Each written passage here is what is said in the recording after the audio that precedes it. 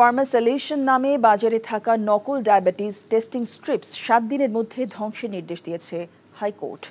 এক রিটে শুনানি নিয়ে বিচারপতি মোস্তফা জামান ইসলাম ও বিচারপতি এস.এম. মাসুদ হোসেন দোলনের দ্বৈত বেঞ্চ আজ এই আদেশ দেন। ঔষধ প্রশাসন অধিদপ্তরকে এই নির্দেশনা বাস্তবায়ন করতে বলা হয়েছে।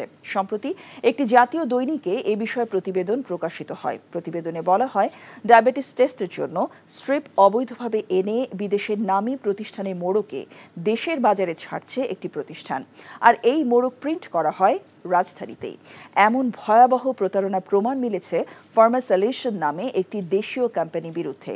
ওই প্রতিবেদন সংযুক্ত করে হাইকোর্টে রিট দায়ের করে consumer association of Bangladesh cab.